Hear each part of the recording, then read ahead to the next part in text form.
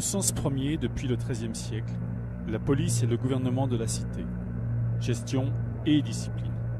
Exercice du pouvoir politique, avant de désigner l'organisation rationnelle de l'ordre public. Cette organisation culmine aujourd'hui dans les ultimes technologies duales et convergentes. L'organisation technologique de l'ordre public signifie que la gestion et la discipline de la population, l'ordre public, procèdent des mêmes moyens matériels issus de l'innovation, alias recherche et développement, R&D.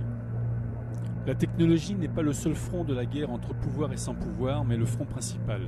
C'est-à-dire que l'accélération technologique accroît toujours plus vite les forces du pouvoir face au sans-pouvoir, et que cette inégalité croissante dans le rapport des forces se reporte aussitôt sur tous les autres fronts. Nous parlons de la guerre, ouverte ou larvée, comme de l'état ordinaire des rapports entre pouvoir et sans pouvoir. La guerre, par force ou par ruse, est le bâton, le gouvernail au moyen duquel le pouvoir pilote et dirige le troupeau des sans-pouvoir. La guerre, dit l'un des plus fameux stratèges, est donc un acte de violence destiné à contraindre l'adversaire à exécuter notre volonté.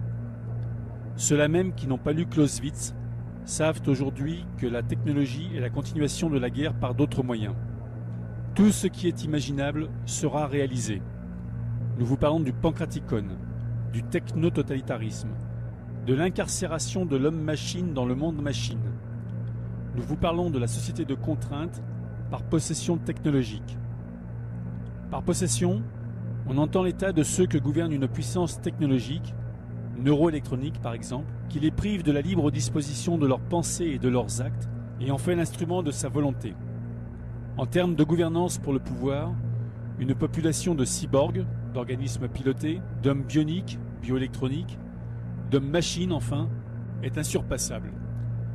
C'est à cela que servent les RFID, quel que soit le nom qu'on leur donne. Smart tag, étiquette intelligente, puce sans contact, transpondeur, traceur, mouchard, capteur électronique, et on en trouvera bien d'autres encore pour dissimuler la même chose sous des noms nouveaux.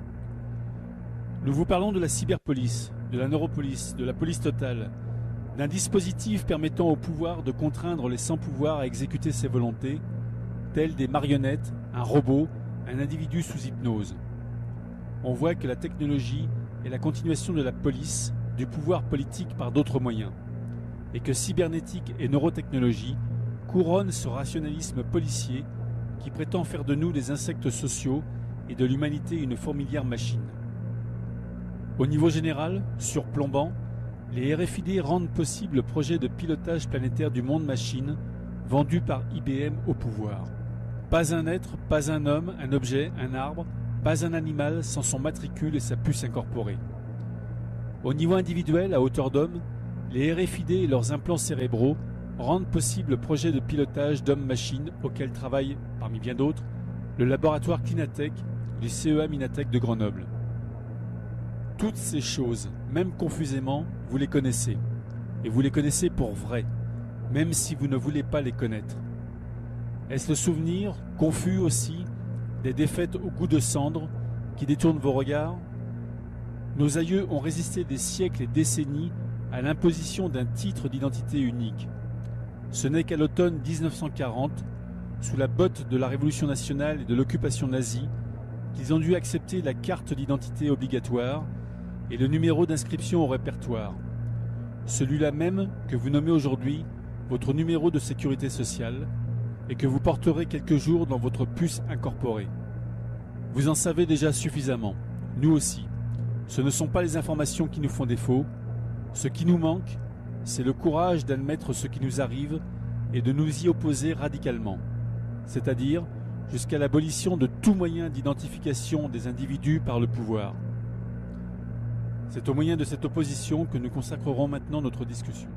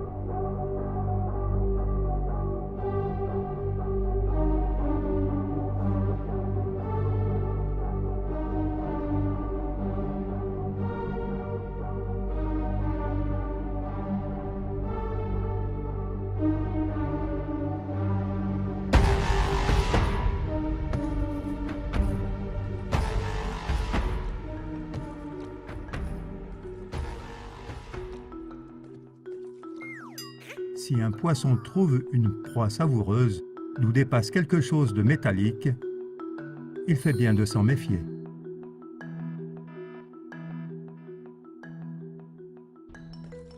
C'est aussi valable pour ceux qui découvrent les 5 lois savoureuses des 10 lois au total des Guidestones de Géorgie. Bien qu'on y parle de la protection des personnes et des nations par des lois logiques et une justice convenable, de la vérité, de l'harmonie et d'autres choses encore, si on regarde de près, apparaissent de temps en temps quand même 5 nouvelles lois extrêmement menaçantes et vraiment mortelles.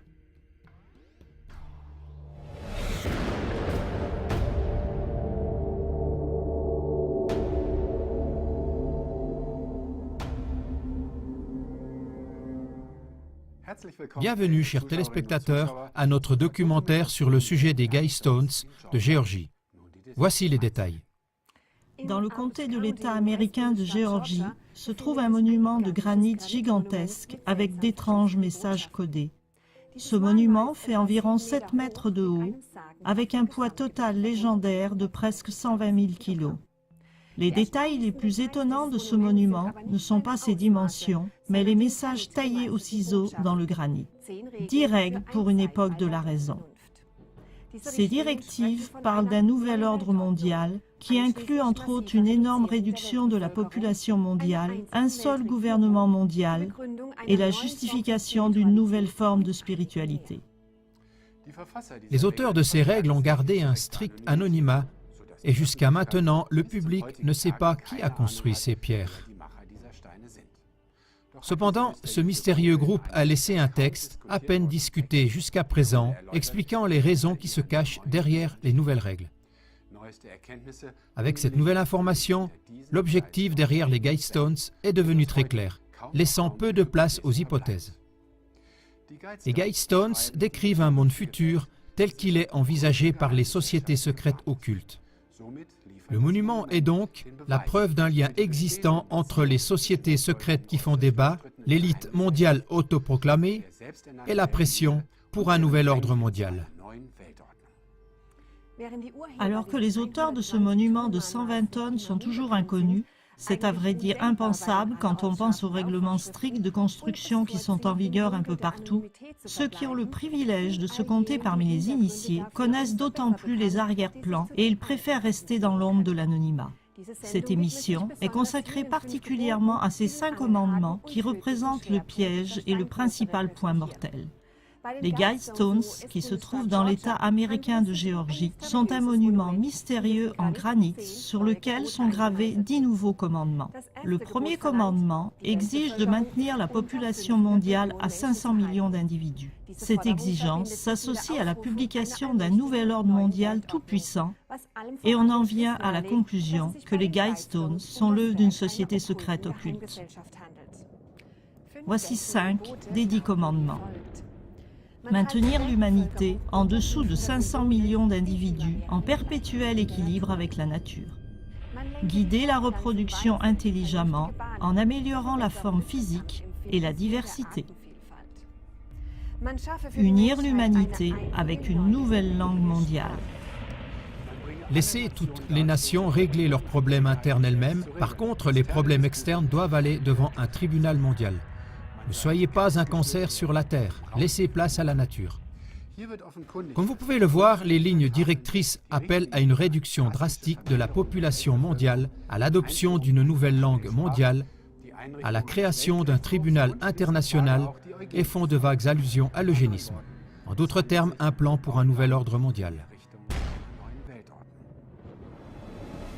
La dépopulation, la planification familiale et l'eugénisme. Le premier commandement est particulièrement choquant car il stipule essentiellement que 13 personnes sur 14 sur cette terre ne devraient pas exister. Cette exigence signifie que l'ensemble de la population devrait disparaître, excepté un petit reste qui correspond à peu près à la population de l'Amérique du Nord ou à la moitié de la population de l'Afrique.